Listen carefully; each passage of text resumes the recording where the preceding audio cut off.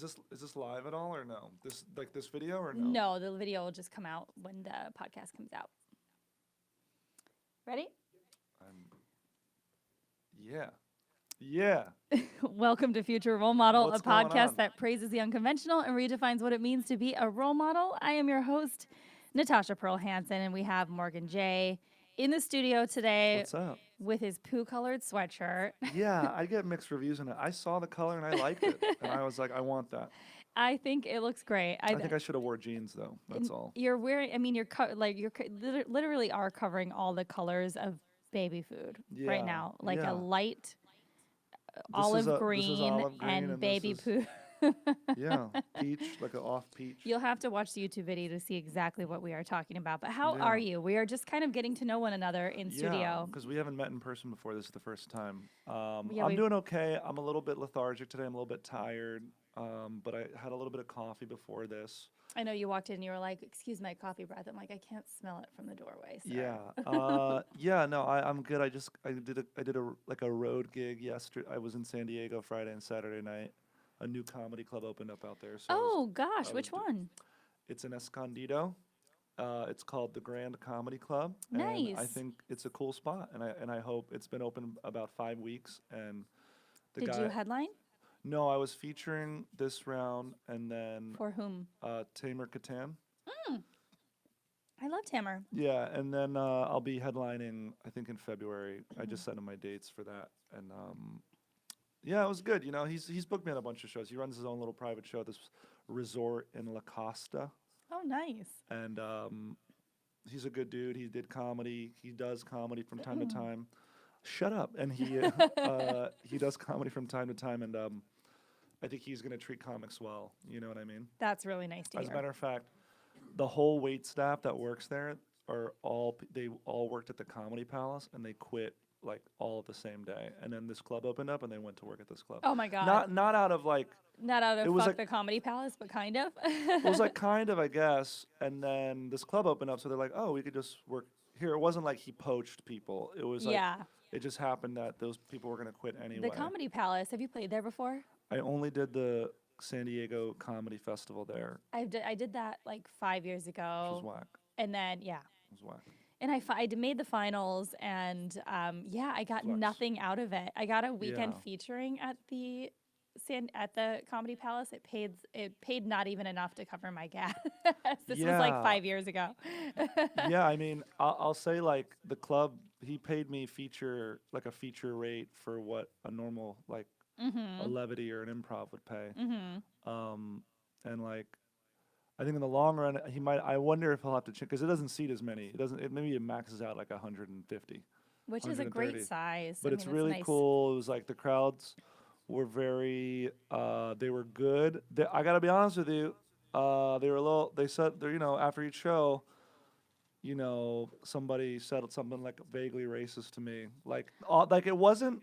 I'll tell you what happened. Really? I got my beard going. I'm Brazilian, and I'm Brazilian and Italian. Uh-huh. And Did they think you were like they thought I Middle was Eastern? Arab, yeah. And then one woman came up to me after the show, and she goes, "God, I loved you, and I hate Arabs." Just kidding. And I was like, "Why would you even Why even would you say say that? Why would you even say that?" And then Is Escondido like a really white? I don't know Escondido well. I didn't. Uh, Is it a really white the town? last show, no, the third show was a little bit. It had a methy kind of vibe to it. Oh, okay. People So looked kind a of white little- trashy a little bit. I didn't say that, but I will say a woman 50 plus years old came up to me and was like, "You're hot. Give me your number." So I gave her Did she look rich?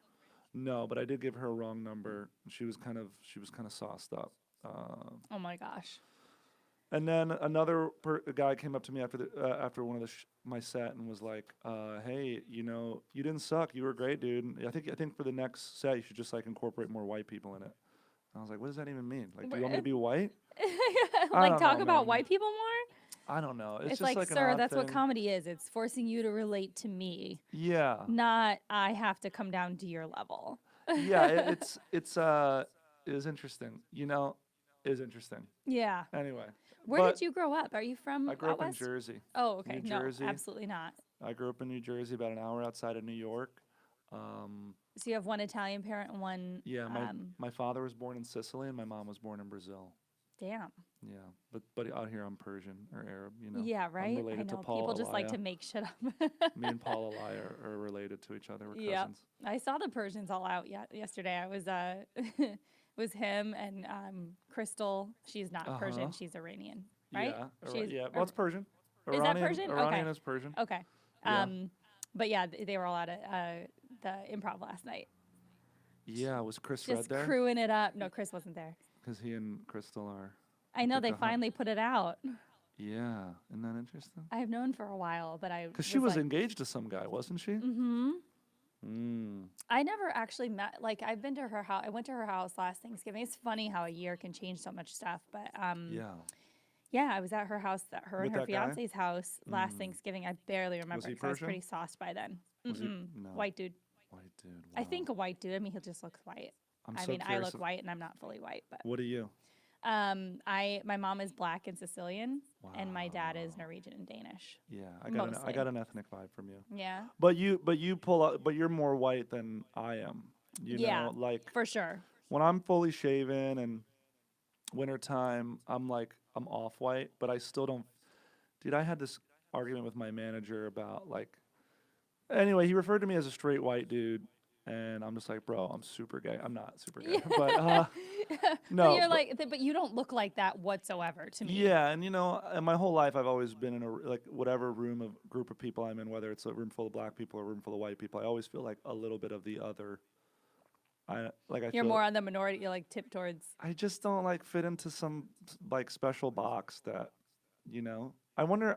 There should be a group for people like people like me who just like don't fit into Like the one. the opposite of a sponge. Like Yeah, I mean like opposite of a chameleon, I should say. the other box, whatever Yeah. the other box is when you check it. I just feel like we should all band together and be like, we're people too. We're all We're not others. just one of the other. Yeah.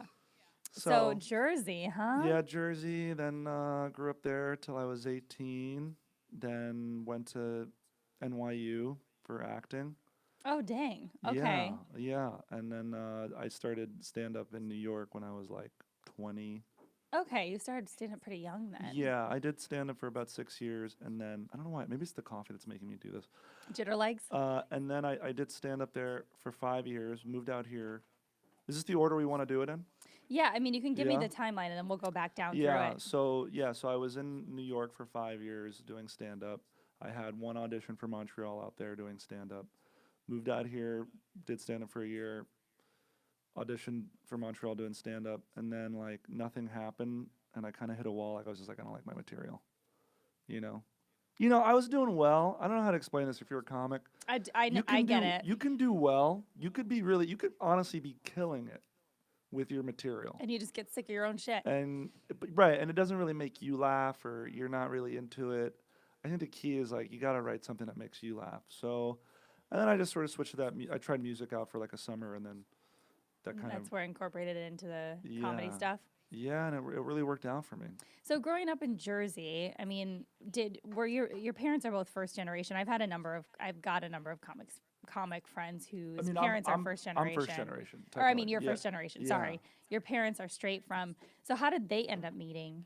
My mom worked in a coat room at a restaurant in New York, Nice. and my dad was the chef there. Oh, And he that's was 40. adorbs. He was 40, and she was 20. Oh shit. So. Are they still together? No, he passed when I was a young boy. Oh my of 6 goodness. years I'm so old. sorry. It happens. And so what happened with mom? Did she still?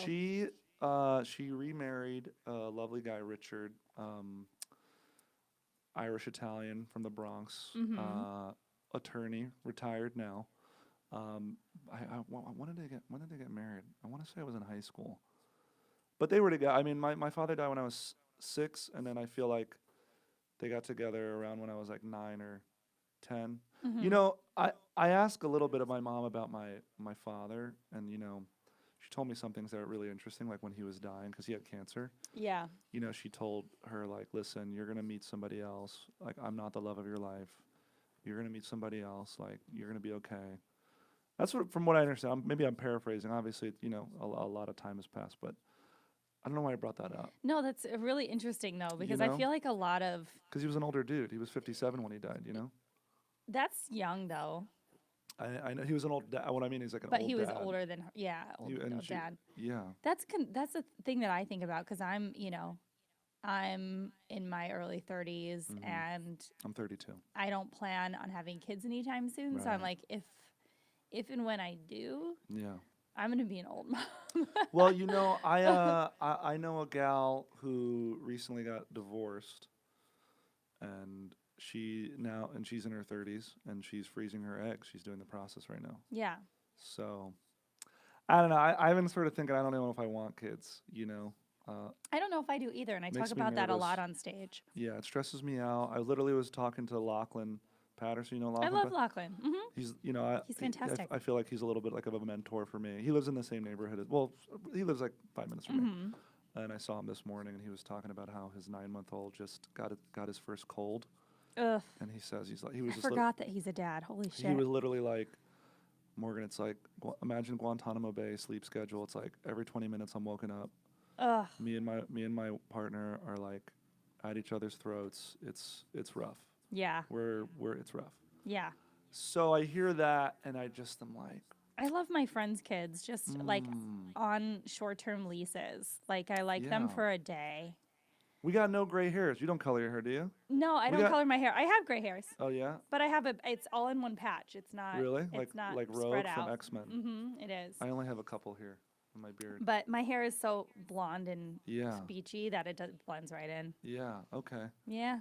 yeah. You don't have So any grays. I just have it a couple, Yeah, a the couple on my beardies. beard. Yeah. Yeah, because I had a thing of alopecia for a little bit, and then when it grew back in, it came back a little bit gray. Oh, You interesting. can get alopecia in your beard from stress and stuff. Just lose hair. Dude, I was stressed out because I feel like I look good with facial hair, and then like this patch it got really big, and I was really stressed out. What, it just like fell out? There's no hair; it was like smooth, like a baby. It just stopped growing. Oh, weird. And what happens is, if you guys are curious, because I know men are out there, this happens to them. What happens is your immune system starts attacking your hair follicles like it's an illness or something, and that's what happens. And then it's from stress, right? I believe it's stress related. Yeah. Stress sucks. Dude, stress is the worst. That's why I meditate and I try to do things that are not. I try to stay low stress as much as I can. Well, and I try to remind myself that like nothing I'm doing is like going to help mankind on such like astounding level that I have to take the pressure off myself to feel like I have to get so much done all the time. Yeah, it gets and we'll probably talk a little bit about this more as we because Yeah, we have some time to questions, progress. You know what I mean? Mm-hmm. I was just gonna offer to. We You can got get a into, thing. possible threesome situation. So What? I That's was- money. At your show tonight? No, I mean not tonight, but I have a girlfriend and we're in an open relationship. Okay. And so How's that going? it's good, sorry, I keep hitting this, but yeah, it's pretty good.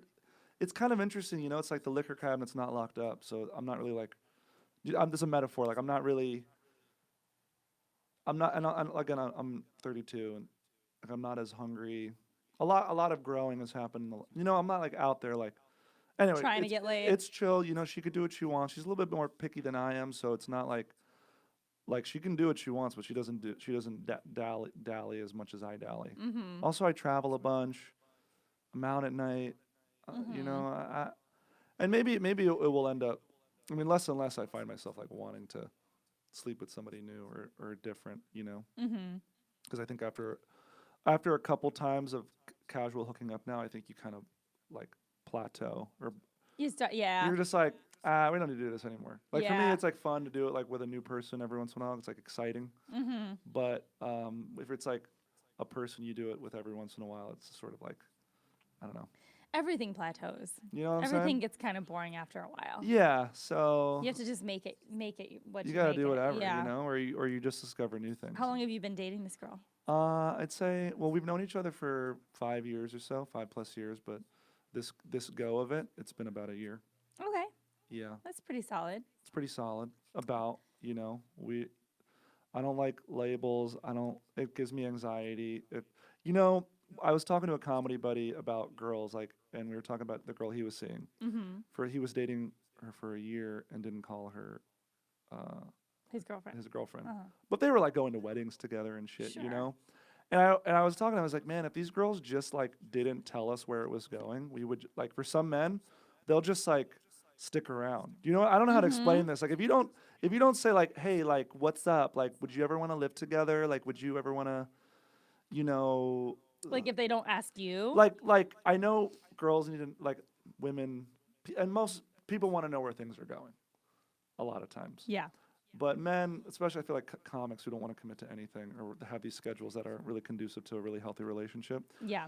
If you just like kept it casual, you can keep it casual for like 30 years and that's like your life partner. Like if you never told them where it was going, Yeah. they'd be like, I don't know, we're seeing for the rest of their life. A Yeah. guy could be like, Yeah. yeah, we're seeing each other, and they probably wouldn't see anybody else. You know Yeah. what I mean? Yeah. And he was like, she kind of fired herself from the job. You know what I mean? Because she asked too many She questions. asked too many Yeah. questions, and it Yeah. was just like, let's be cool about it. But I don't know. I think that's interesting because like I don't know what your situation is, but well, I've been in my relationship for like, God, it'll be 9 years next year. comic? Yeah, no. It's 8 years. It's just over 8 years. Yeah. And yeah, I mean, if we hadn't been together for so long, there's no way because I've been so crazy busy this year. Like, There'd be no way it would have worked out. This yeah, year. I mean, he Yeah. already is used to my schedule, and like we don't need to. We've never been the type that need to check in with each other a lot. He doesn't like, and we've had like a really rocky 2 years. So The last 2 years have been rocky. yeah. Can I ask what's? I had a pot. I haven't really done it in a while, but it's about relationships. I'm Oh fascinated shit, with it, yeah. nice. What was rocky about it? Little did I know the tables would be turned. Yeah. What was rocky about it? Well, it's still. I mean, we're still trying to work through it, but we're engaged, and the engagement really just fucked us. Really? Yeah, because it just so many things come to the surface. Put a level of stress on you guys. Yeah, Like it's- planning a wedding or what? No, I mean, it's just more of like This is the rest of your life. yeah, like is this the right choice kind of stuff. It's like brought a lot of things to the, the rising to the top kind of just this skin on the surface of our relationship is been pretty nasty. But yeah, and so I get really curious about people's relationships and like how they're I think everything moves in cycles too. people are becoming so different how they look at relationships because whether or not we think that's how they should work, the openness, I think most people actually operate that way. And whether they want to say that or not, then they just kind of mildly cheat here and there. Yeah, I do know. The more I talk about my situations with people, people will open up about their own. Yeah. And I find it really fascinating. Well, it's interesting, like when the liquor cabinet is locked up, when you're told you can't do. Me personally, like I like to do shit that's like naughty. I'm not supposed to do that shit. It's kind of pervy a little bit. To be honest with you, Hence the color of the sweatshirt. Yeah, I'm into that diarrhea stuff. No, I'm just no, yeah, now it's also I like sleep more than I don't want to stay up late to find out whether I'm gonna hook up with some girl. I'm Yeah. just saying, where's I going with this? I don't know, but You don't like being restricted, and when you're restricted, you feel more like when I feel restricted, that's when I want to act out because like I realized I'll act out because it makes me feel like I have a sense of autonomy. Because if I'm in a really traditional monogamous relationship, I feel trapped. I fucking feel trapped. yeah. I feel like this is it. I'm like, this is it. I have like this existential crisis, And I think that comes from losing somebody like a parent early on. I read a little bit about that. When somebody dies early on in your life, really close to you, Yeah, for sure. you kind of like think about death a lot. You're always worried that like your life could end. Things can get ripped away from you pretty easily. So the fear of commitment, it's more of a fear of loss than anything else. Yeah, So makes sense. so like, I'm with this girl, but because there's like a loose connection, it's like obviously I'd be really sad if we broke up. But like if we were if we were engaged, and then the engagement was called off or something, I don't know. It could be like, I don't know, maybe a life shatter. I don't. When you put it in certain contexts, it could be way worse. Yeah, for sure. Yeah, it's So interesting to think about. Like at the end of the day, I'm like, no matter what happens, I'll be fine. yeah. But also like Can I ask what he does for a living? actor, photographer, Mm-hmm. creative director. Is there any jealousy of people's careers, and you guys ever having issues with No, I don't think so. If I'm being honest, there might be a little bit on his end because I really do a lot of stuff? a lot of stuff. I mean, Yeah, I mean, not I make it happen for myself. I you work gotta, really hard, but you I gotta. I have a lot of fun. Like Mm-hmm. I really like life. Mm-hmm. Like the only thing that's sucked in my life has been our relationship struggles for the last 2 years. Like I have a really great outlook, and I think that some people see somebody like building their own success and like Yeah, having a good outlook on stuff and liking people, and they get like upset about seeing that. yeah, you know, yeah, I don't know how to describe that any yeah. better than that, but I think that can get very taxing for people, especially when they're not in a good, Mm. not that he's not in a good place, Mental but he's space? trying to figure some of his own shit out. And so when you're in that limbo Yeah, phase and you watch your partner just continuously going after things and not getting achieving it. things, Or yeah, yeah, yeah. that can You be know, when you're a taxing. fucking winner and they're not winning at the moment, it's like rough dynamic. But No, I that's understand just that. how things go. I mean, I that's understand just that. how things go. But You guys live together? mhm. What size bed you guys got? It's been my new King, obsession. King, king. California King. What kind of bed is? I'm about to finance a nice I king have bed, no idea what kind of bed this is. but it's comfortable. We bought it from A sit and sleep, or you got one of those websites? somebody who had bought it and then got a new bed.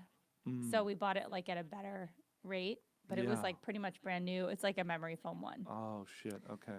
And dude, it is nice. Yeah. A good mattress is Do key. you sleep well without him? Yeah. Mm. That's an interesting question. No, It I have a says whole bit about if you knew like last night I couldn't sleep well. I have a hard time even falling asleep on my own. yeah, And then when I have a person in bed with me, it's like even it's, harder. it's like an intimacy thing. It's like an anxiety thing. Oh, It's interesting. like Have you thought about a body pillow? I used to sleep with body well, pillows like surrounding me. well no, I mean I have a pillow between my legs and I hug one and then hmm like I cover my head with like a little t-shirt and Oh my God, you have a whole thing. oh, it's truly a issue. It's an issue. It's really an issue. I Oh feel like my I got to do God. like CBT, which is like cognitive behavioral therapy to fix this shit because it's like an issue. That's why I don't really I dude, That's why you need to but you need to bounce this stuff around, spread this out amongst many people. You can't just do that to one person every night. dude, and if I told you like when girls get upset that I don't want to do a sleepover at post coitus, Oh, really? dude, I had one girl I hooked up with like once or twice and then it was like 1:30 in the morning and she was talking about how like, you know, these guys usually just like they get drunk and they pass out and they just sleep. You know, I'm like, and I was like, just so you know, since we're talking about sleeping, like I probably won't sleep over tonight. And she was like, yeah, you are. I was like, no, I'm gonna probably go home. You know, you know. She's like, no, you're gonna sleep over. Like she was real, and I could tell she was starting. And I was just like, actually, I'm gonna put my clothes on at And some I'm gonna point, leave. and I'm gonna leave. She's like, you're gonna go home at what, like at 2 in the morning? Well, you don't like morning sex? And I was like, I do, but I also like want to wake up in my own bed and you Yeah. know. Yeah. Dude, I I feel hooked like up with there's a lot my of people like that. Dude, I hooked up with my neighbor across the street, and she was mad. This was like a while. We're like good friends now, but this was a while ago, and I didn't sleep over her place. And she's like, "You don't sleep over?" I'm like, "I live right there. I can see my apartment." Yeah. I did that last night. I was at one of my best friends. Her and her boyfriend live like a block from me. Yeah. And I You're fell having a asleep on threesome their with them. couch last night. Oh, okay. Okay.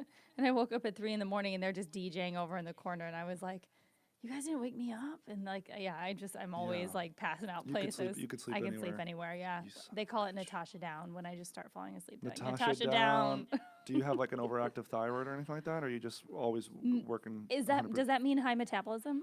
A friend of mine has like a thyroid thing and is always like falls asleep very easily. No, I mean, I don't, as far as I know, nothing's irregular. Okay, yeah, you seem healthy. Yeah. Yeah, your skin looks healthy. Yeah, you look healthy. Thank you. Yeah. Yeah, I feel pretty good. So, Yeah.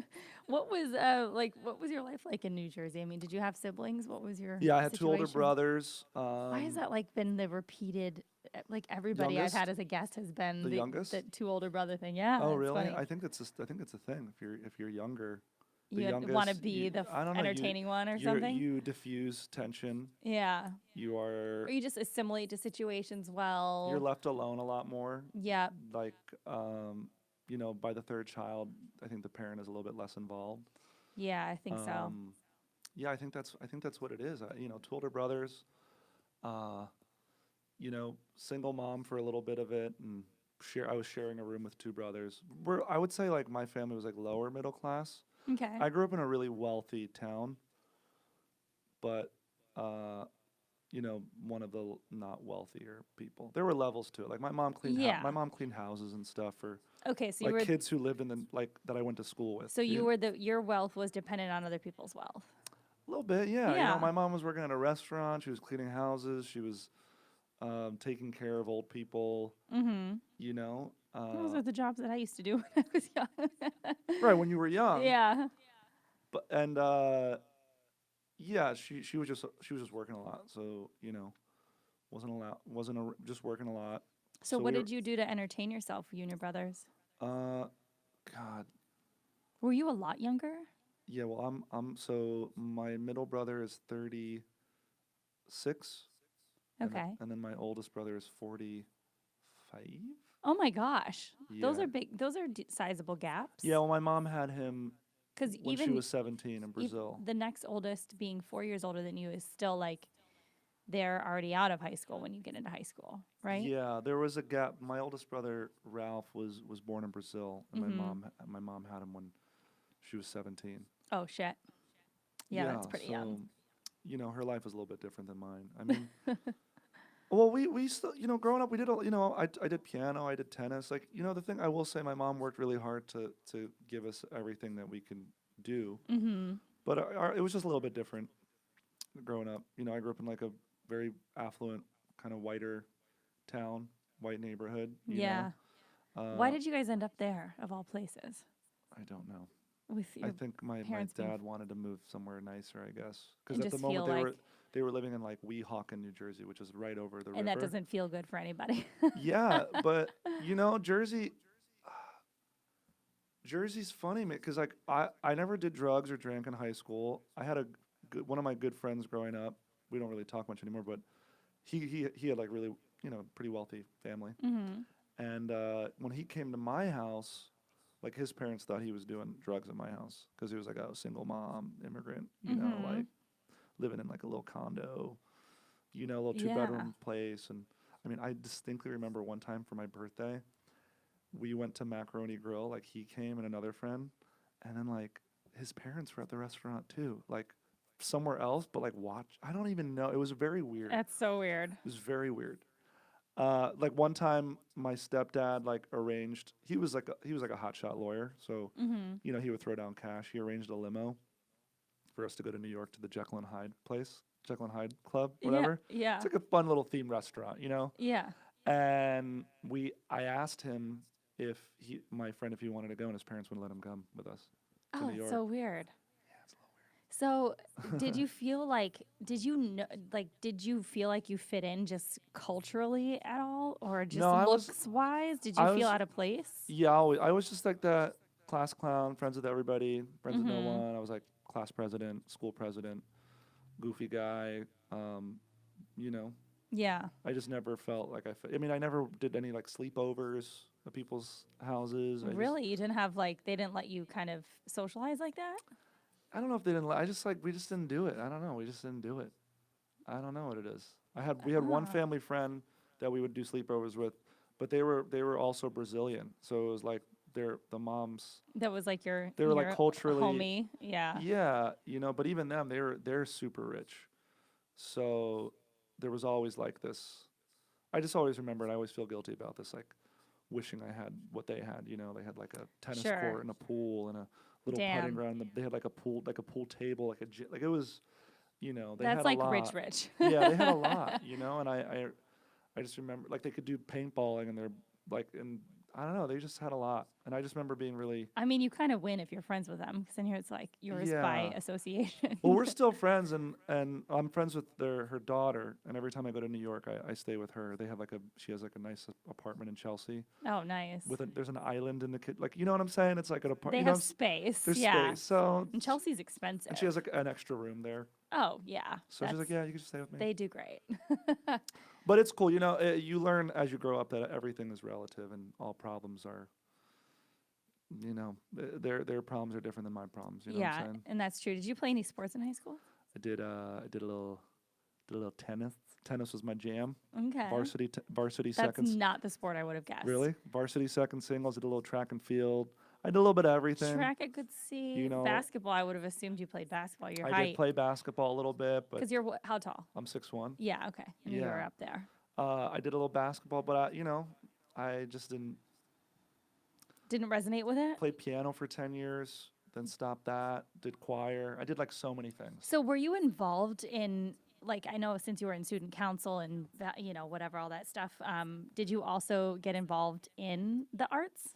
Because you said you did Yeah. So choir. what had happened was I was in choir, and then there were these two drama nerds, Mike and Laura, who were dating. They were seniors. Mike like a senior and fucking Laura. Mike Tyberski and Laura Labar.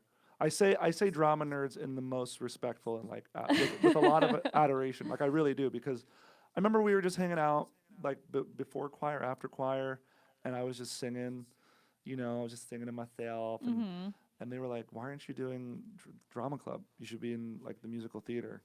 Why aren't you doing that?" And I was like, "I don't know." He's like, "You should do it." And then I think my first musical was Footloose, and I played Chuck Cranston. I was the abusive boyfriend. And my main song was "The Girl Gets Around," which is basically she's She's a slut. the girl is a slut. Why was that in Footloose? It was in Why Greece. It was why in was Greece it? too, where they Why- were like, she got friendly down in the sand. Dude, You're like, things. I think one of they used to just trash Yo, talk in- women. in Greece there was a straight up, I feel like a reference to like her pussy getting wet or something in the Yeah, song. I don't know. yeah. Times have changed. It's a lot. Yeah. It's not as coded anymore. Yeah, now it's not as cool. Well, all these trap songs is like, put it on my dick, and I Yeah. and I sit in it wet. Put it in my face. sit Yeah. on my face. Dude, when I do colleges, I'll do this song about eating booty, and they always get, they always like, "Oh my god," and I'm just like, "Yo, shut the fuck up."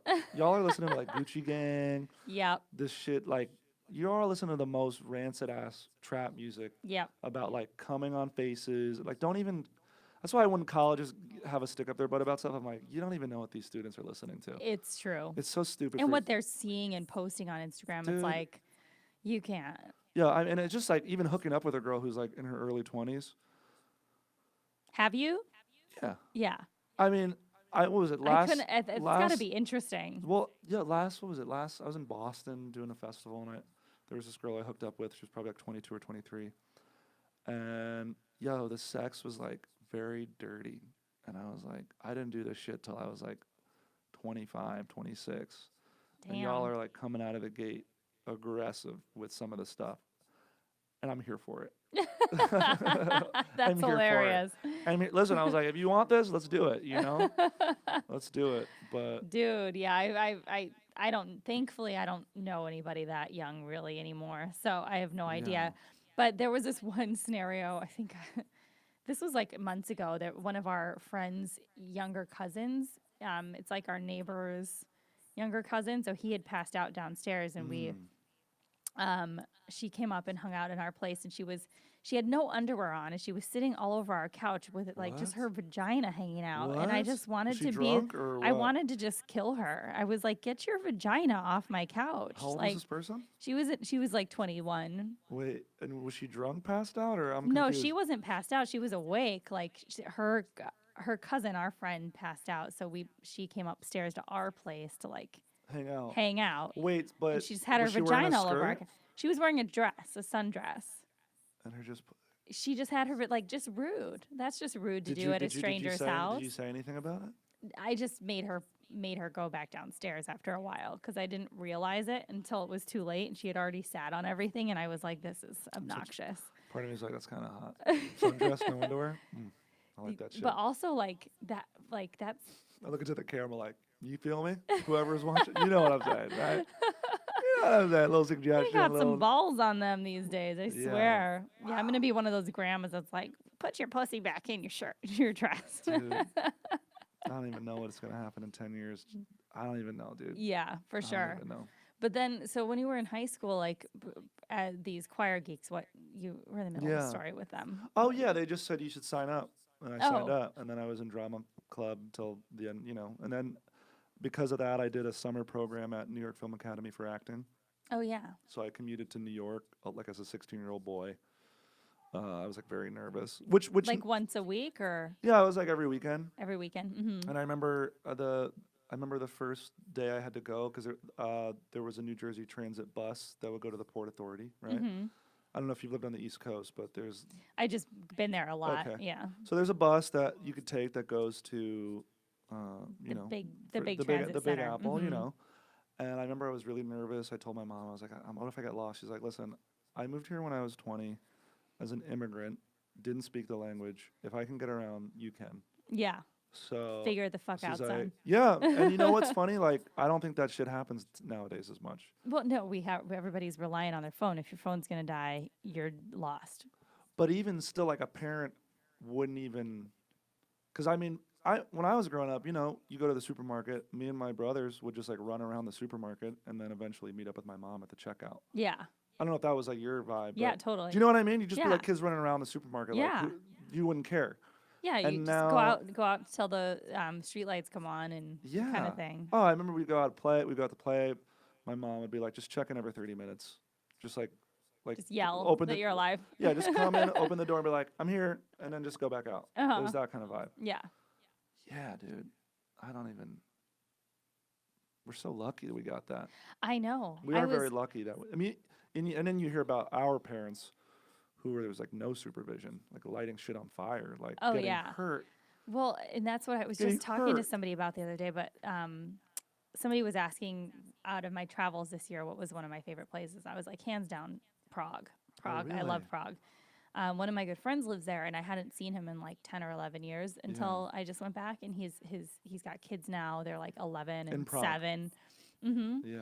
And so he picked us up from the train, me and my friend that were touring, and we were like, yeah, where should we go out? And he goes, just honestly roam around and Go end up enjoy somewhere. yourself. And he's Yeah. like, because this is a safe fucking city. He's like, you remember how when we were kids and we could just be out Yeah. all the time, like with no phone and no way to contact our parents? He's like, my kids don't even have cell phones. And, Yeah. that's a weird thing to say about an 11 and a 7-year-old, but they all do now. I know. He's like, my And kids even if don't have cell phones. They're safe. Nobody's going to fuck with them. It's Yeah. like being back in the U.S. in the 90s. He's like, Yeah.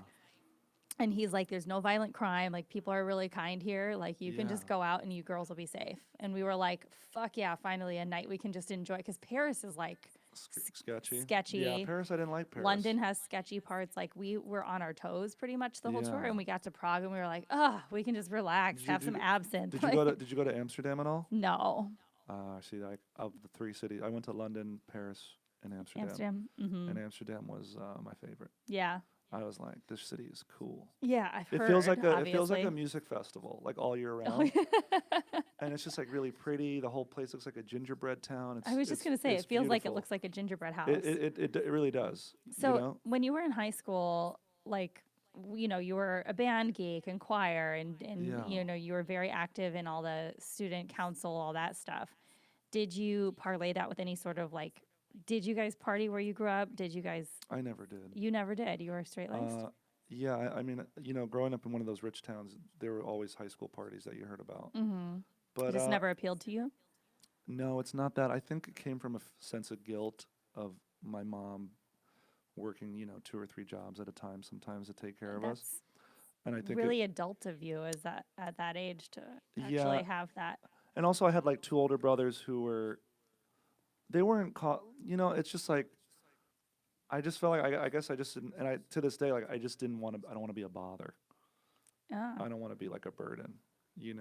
I mean, that's like an ideal characteristic to have in a child. I didn't want to be like a burden. you don't dude. want to burden anybody. So with I just stuff. like, I mean, the most, I just always got in trouble because like in class I'd act out and be. The funny thing is like I was a class clown. I'd acted out, I had one teacher she really disliked me. You know, I'd make noises in her class. I'd be singing all the time and shit like What that. was her name? Mrs. Acone. I And remember all of my teachers. yeah, Mrs. Acone called my home when I was in 8th grade. She called home to my mom, who I think had just gone through a breakup with my stepdad. We got back together. But, Mm-hmm. you know, and she was like stressed out. And then this teacher called telling her, like, I think your son, you know, there are special schools for somebody like him. And I Shit. think, you know, They he's thought having. you needed to go to a special school? Yeah. And then my mom, I think what she told me, she said, she was like, there's nothing wrong with him. He's just a happy boy. And then that was Ugh. it, you know? And so, like, but she was like crying on the phone. Like, the last thing you want to hear is like, your Like your son has mom special upset. needs. Yeah. Dude, I feel like every step of my, you know, sorry, I just got triggered. Like every step of my fucking life is like I gotta like prove myself. Dude, I remember when I would apply to NYU, my counselor was like, "That's a bit of a reach." Really? Yeah, What? dude, So you've just literally had to say, fuck you, I'm going to do it to everybody. dude, I'm getting like so. Even to this day, like even now, because I use the guitar in music comedy, it's like you hear all these fucking people. Sorry, I'm swearing. Oh, no, it's fine. Like But do you some mean people are people like, that say it? well, in the industry, it's like, you know, the thing I never that I can't understand about Hollywood is like, if y'all in the biz in like the other side behind the camera just like all agree that something is good, then it's good. You know what I'm saying? Yeah. Like if we all just say, "Hey, that musical comedian and musical comedy is actually good," then we could like Move on. we can move on, Yeah. right? But I feel like even my first TV appearances this summer, well, I did 3 national network appearances on this show. Which show?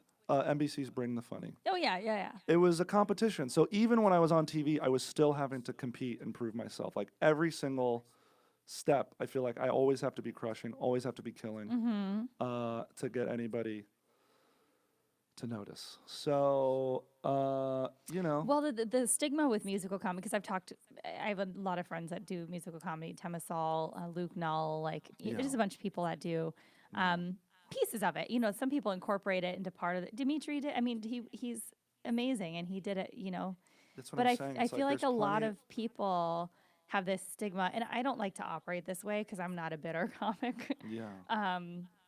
They'll look at musical comedy and they think it's a crutch to be able to have a guitar on stage with you. Right. But what people don't realize, or I have like Chris Rubio who does the DJing. Have you seen him? No. Comedic he's so good. But people, you know, as soon as somebody gets success in that field or that area, Yeah. other comics will be like, oh, well, it's easy for them. They just do music stuff. And it's like, all right, then you try to do that. Because I couldn't. Like, Dude, I we're- find standing on stage with a microphone, like, that's all I am capable of. If I was trying to incorporate music and beats and mixing stuff while I'm up there, like, fuck. Dude, it's- Writing a song. We're like juggling. And if Yeah. you see me live, I do a lot of improvising on the fly shit. And it's like, you're doing 18 you're doing way more things. Yeah. It's a lot. And you have to sound good while Respect you do it. me, for the love of God.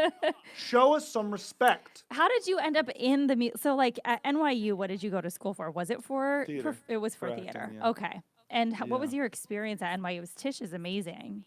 Tish is one of the top 5 acting schools. Period. And Anywhere. I'm in good company. I graduated with a lot of good people in my class. Anyone that we would know? Alana Glazer was in my. She wasn't a. But I'm saying my year, like a lot of good people. Mm-hmm. Like they're celebrities, you know. Like Yeah. who else? Miles Teller. Yeah. I sat next to him in class. Everybody's doing something. We're all doing all right. Yeah. I think like if you went to NYU and you were in Tish and you just stuck with it, you're all doing okay. Yeah. Tish know what is. I mean? Yeah. I mean, you're not going to fail coming out of there. That's But- for sure.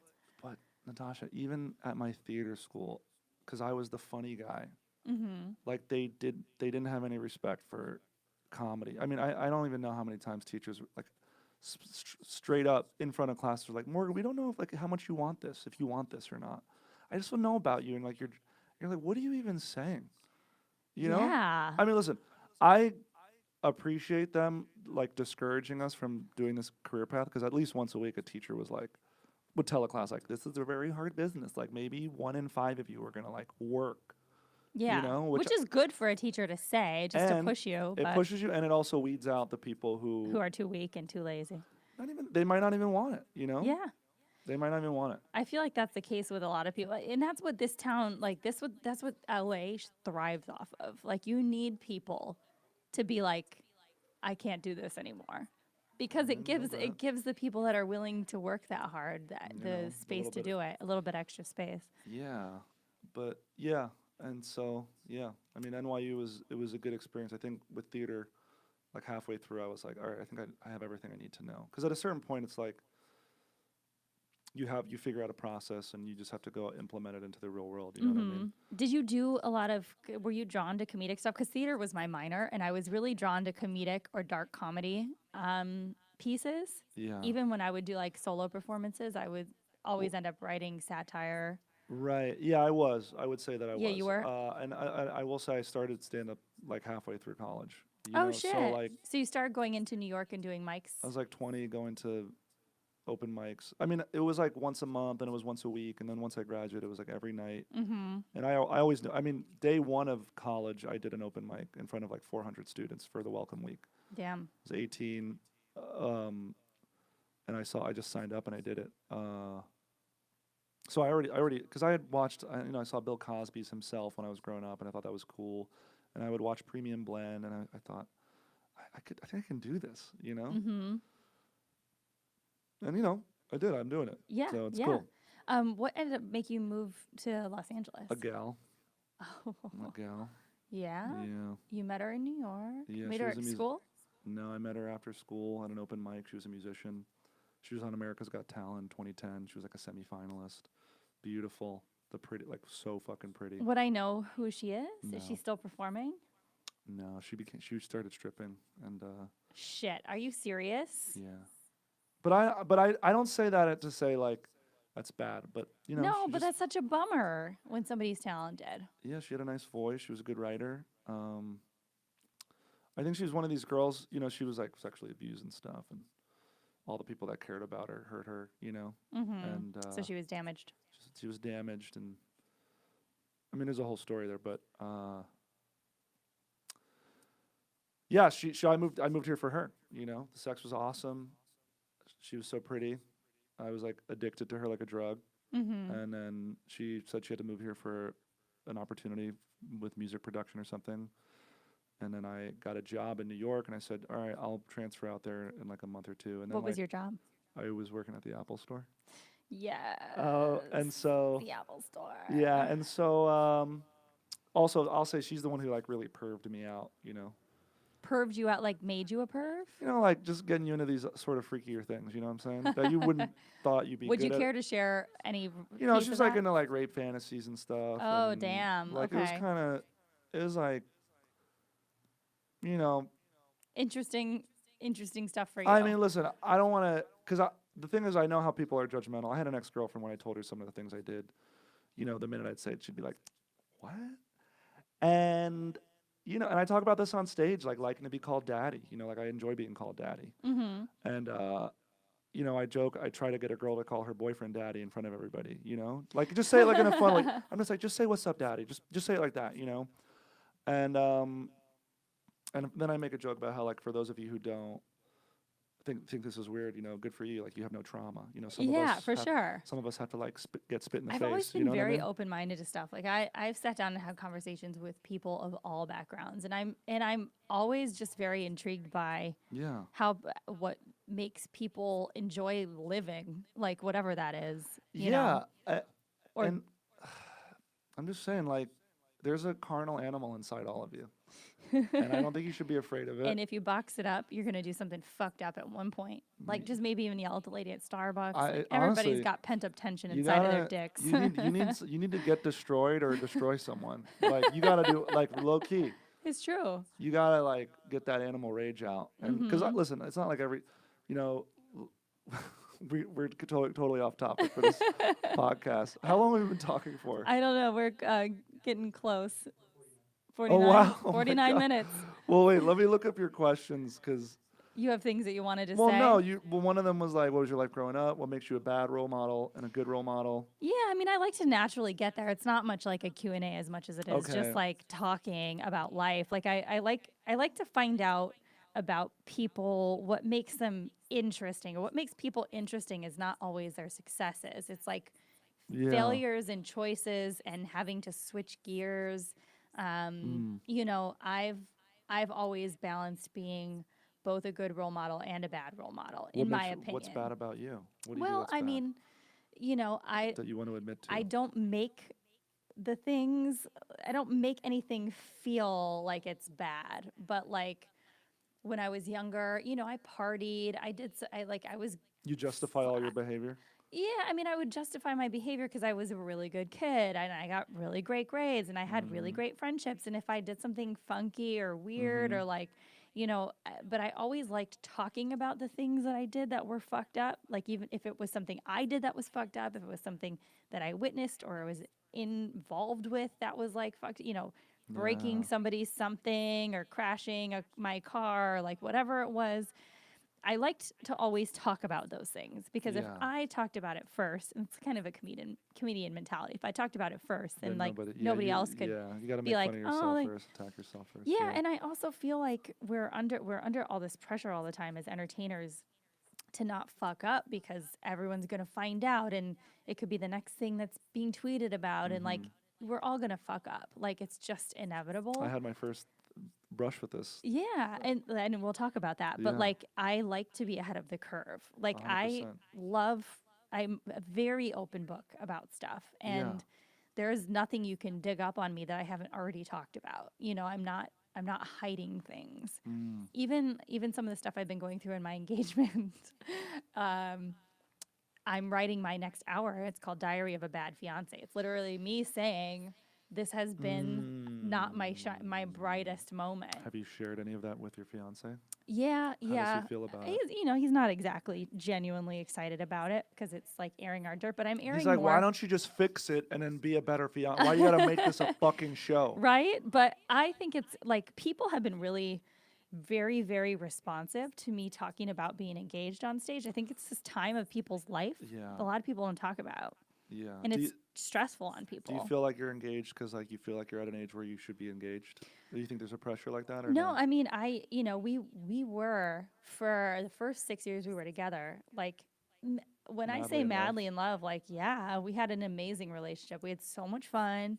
We have great friends. We did everything together. It was amazing. And then we started to kind of grow apart a Hmm. little bit after the engagement. It might have been a lot of me kind of pulling away, just like After the not engagement. being certain How long that have you guys been engaged for?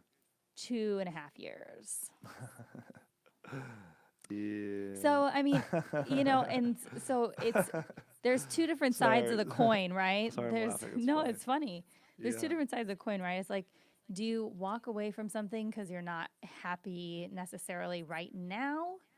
Or do you stick it out and that's what makes you a fucking champion? And like Mm. toiling in this space has been obnoxiously hard. You know, I read a book, a fiction that was really interesting, and I cite this passage all the time. It was this gay man was like traveling through the world. He's like really sad and Mm-hmm. depressed because his lover is getting married and he's freaking out about it. So he goes on this trip and he's supposed to go to the wedding of this guy, but Mm-hmm. you know anyway he has a gay couple friend. These two friends that are married, a gay couple, Mm-hmm. and then like after 20 years, the guy's like, yeah, we're getting divorced, and we're splitting up, and and this guy Les, whatever his name is, like, oh my God, I'm so sorry for you. I can't believe you guys are splitting up, and he's like, no, it's actually fine. You know, we just they had the way they spoke about the relationship was like, you know, we met at a bar and we said maybe we'll come back here in 10 years and renew the lease on this.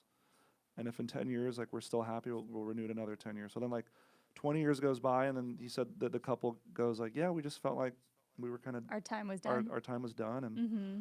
And I think the point that they made was, like, nobody is upset when you retire, like, when you Yeah. quit a job. Yeah. Nobody's upset when you know what I mean? Like, if you're together with somebody 10 plus years, that's, like, A wild success. a tremendous accomplishment. Uh-huh. I And think so and I too. think if people stop viewing it as a failure, Well, and that's what I was talking with a friend about. I'm like, sometimes, we change a lot in a decade, and Oh, we're not necessarily meant to be with somebody for that long. I think a lot of times it works for people because they fight through these really hard patches, and then they just get old, and then they just don't care anymore. And I really think that, it's rare that people are actually in love for that long. It's rare to find. it's especially harder in this city for sure. Yeah. So, what has been your recent thing that you went through with social media or Oh, I did a show in Asheville, UNC Asheville, uh, college show? college gig. And then the school, this was my second time back at the school because they really like me. Mm-hmm. And they gave me a shirt, like a little swag bag. So I wore it on stage. First 10 seconds, I rush off stage. I pick a girl out of the crowd. I just picked a girl. Okay, it could have been a guy too, but I picked a Mm-hmm. girl and I said, "Feel that, feel that. Isn't that good?" It's like feel the material, feel the shirt, whatever. Mm-hmm. And then as I'm walking back on stage, I say something like, "In recent news, Morgan J assaults student by making her touch his shirt." And then I do an hour-long set. I sell merch. I take photos with students. I'm walking in my rental car. I look on Instagram, like 30 students have tagged me in a post. And the post, I can't see the post anymore. The girl made her profile private.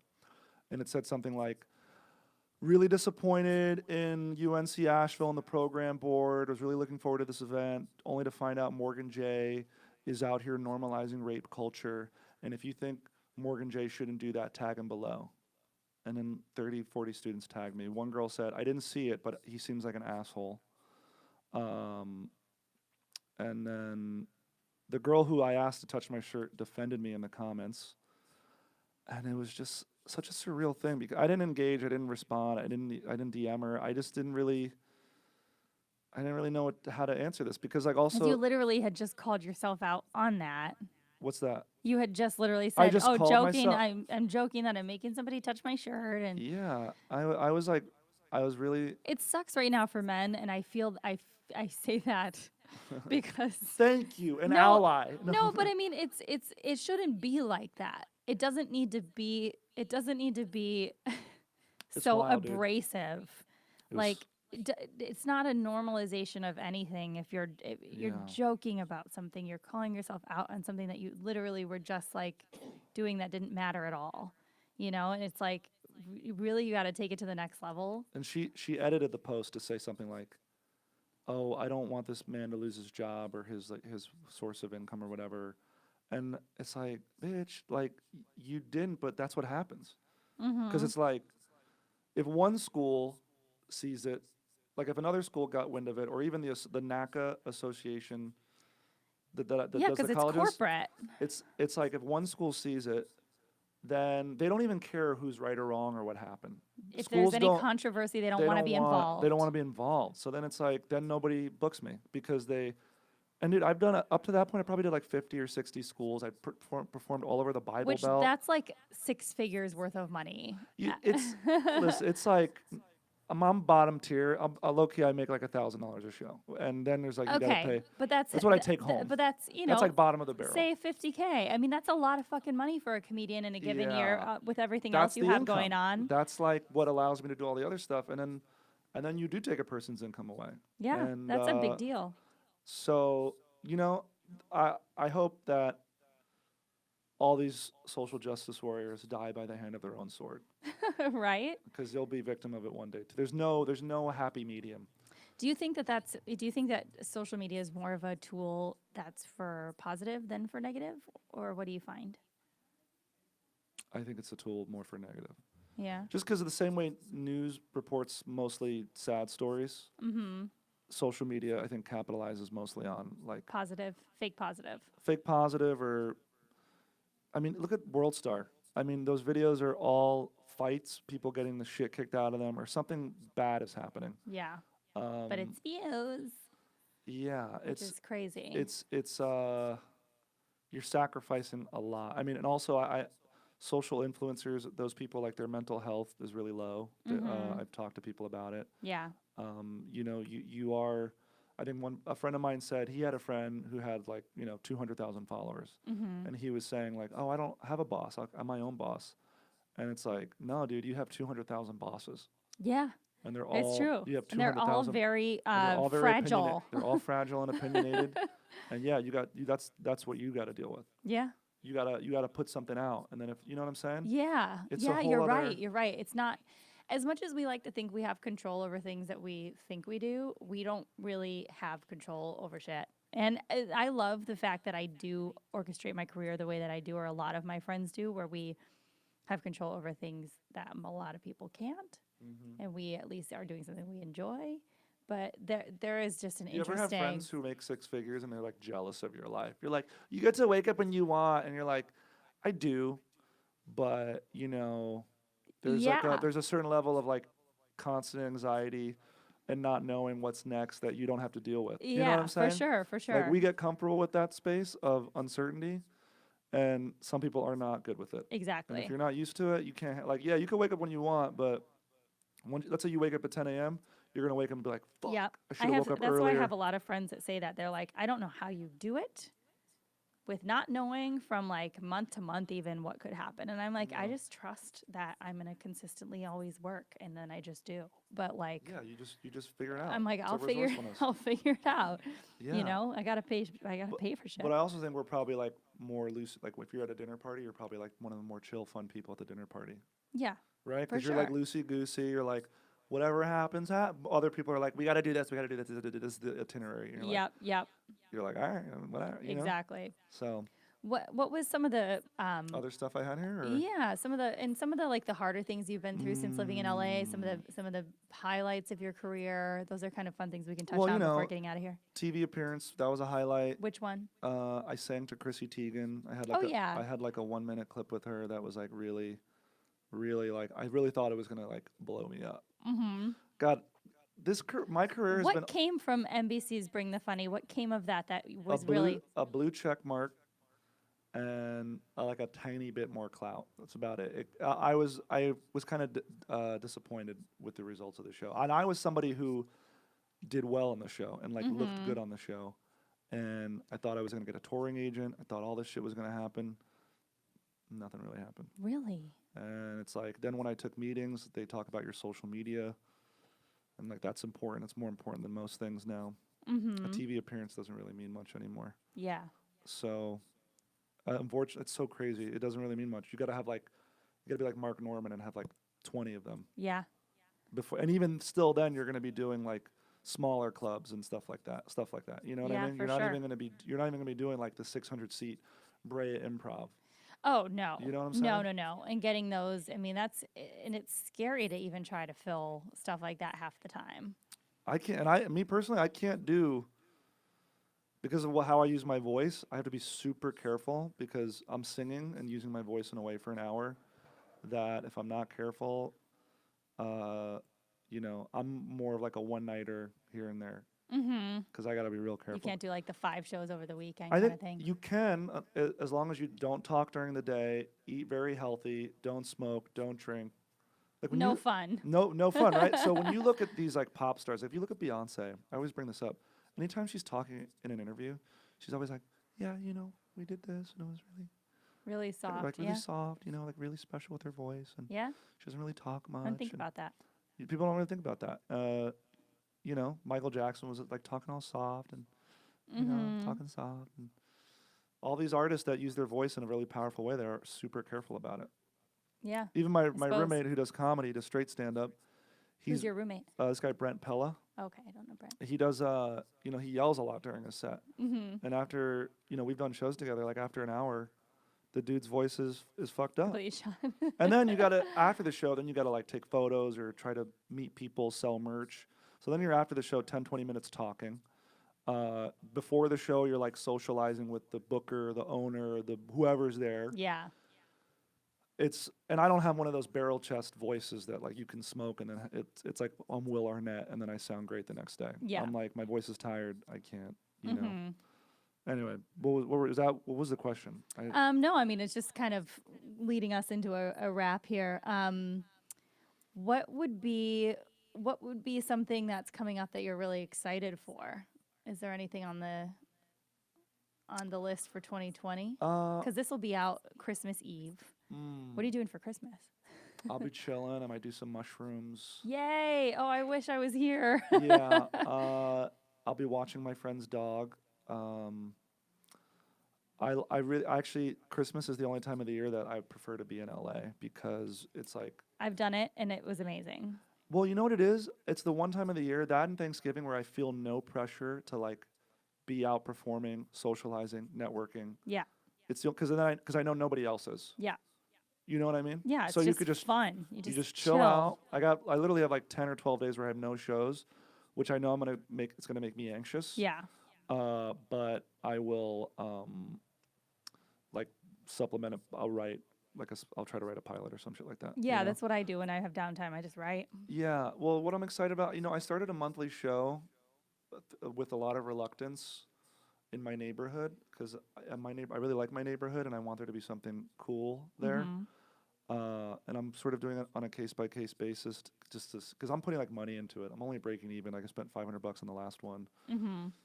I'm doing all this marketing and stuff, but the two shows have been really good.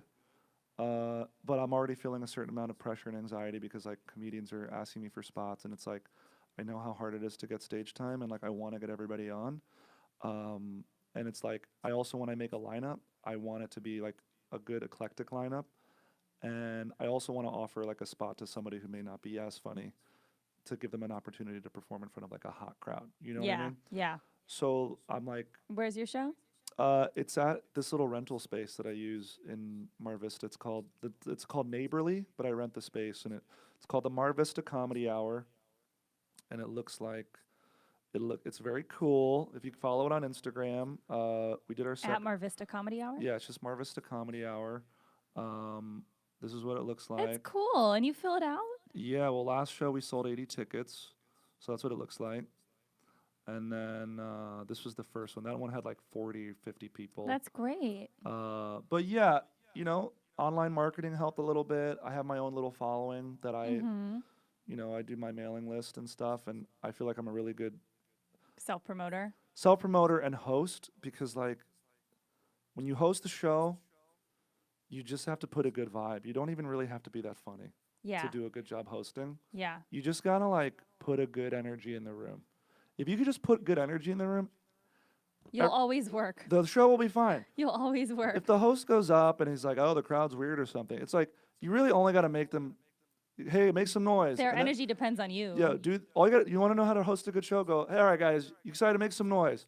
That's not enough noise. Make a little bit more noise. A little, like, do it a third time. Once they're super loud, you're fine." Yeah. You really don't have to do much more than that. It's like that simple. That's it. So that's what I'm excited about. I've been pitching a TV show. I'm pitching tomorrow to Spotify.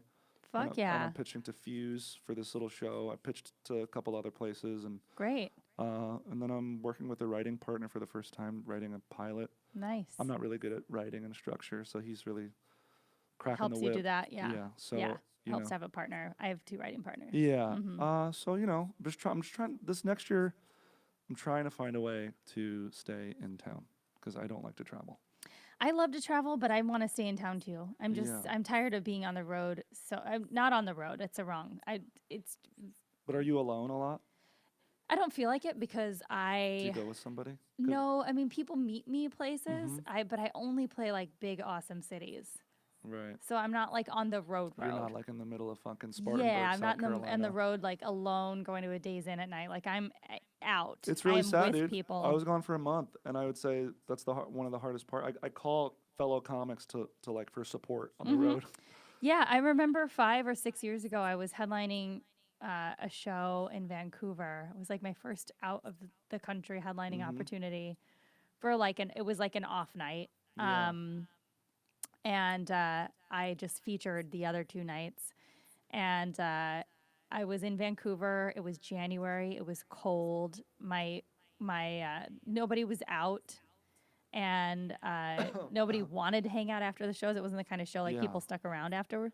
There wasn't any cool bars near me. My hotel was across from the comedy club. And it was the first time ever that I felt like I left a comedy club and went into the hotel and was like just sitting alone watching like shitty local TV. And I was like, I just cried. I was like, is this what I want to do? This is horrible.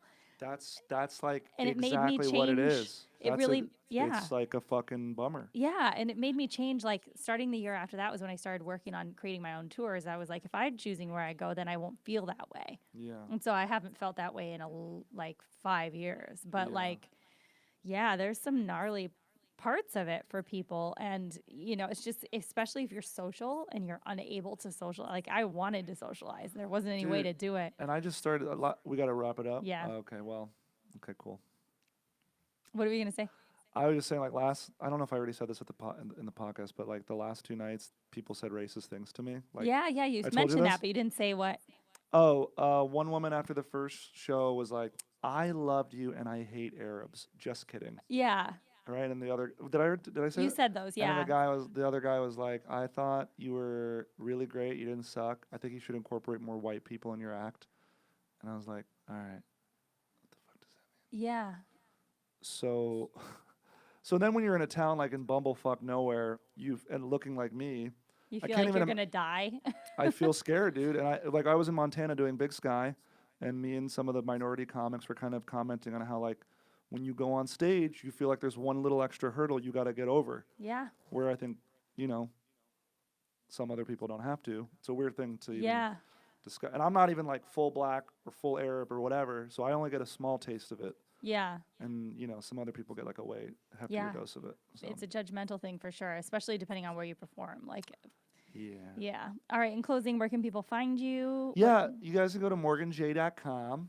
JAY. Go. I have all my ticket links and stuff up there. I'll be at San Francisco Sketch Fest doing a full hour. And When? I think I'm going to be at Sketchfest this year. January the hour is January 17th. It's Okay. a Friday night. Mm-hmm. Small, intimate 60-seat theater. I'm very excited. I love going to San Francisco to do shows. I have like Which 9 theater? Do you know? Brava Theater. Okay. I got like, and it's in the little small room like a cabaret. It's like the front little, which I like. I have 9 shows lined up for over 5 days. So go to my website. You can go to a bunch of them. Excellent. And then, morganj.com. At morganj on Instagram. That's what I release. I don't use anything else. Awesome. Yeah. And I'm at MPH Comedy. You can follow Yes. the podcast at Future Role Model or at Role Model Pod on Twitter. All my touring dates and upcoming shows are at mphcomedy.com Nice. /TIX. And any closing remarks? Congratulations. I think we're the longest podcast I've had so Oh, far. really? Uh-huh. I'm sorry. No. It's not a bad thing. We just got into good conversation. Yeah. Any closing remarks? Just do what you want, dude. Don't let people tell you. Like, honestly, people are going true. to tell you can't do shit your whole life. Yeah. And just do it. And if it isn't working, then, stop it at some point. But just do it. Yeah. Don't be delusional, but work hard. Look up Tyler, the Creator's. He, accepted an award. He talked about how every step of the way somebody told him he couldn't do it. Yeah. And he did some shit. So, Sweet. Love it. Okay. yeah. Bye-bye. Bye. Sorry, Paul.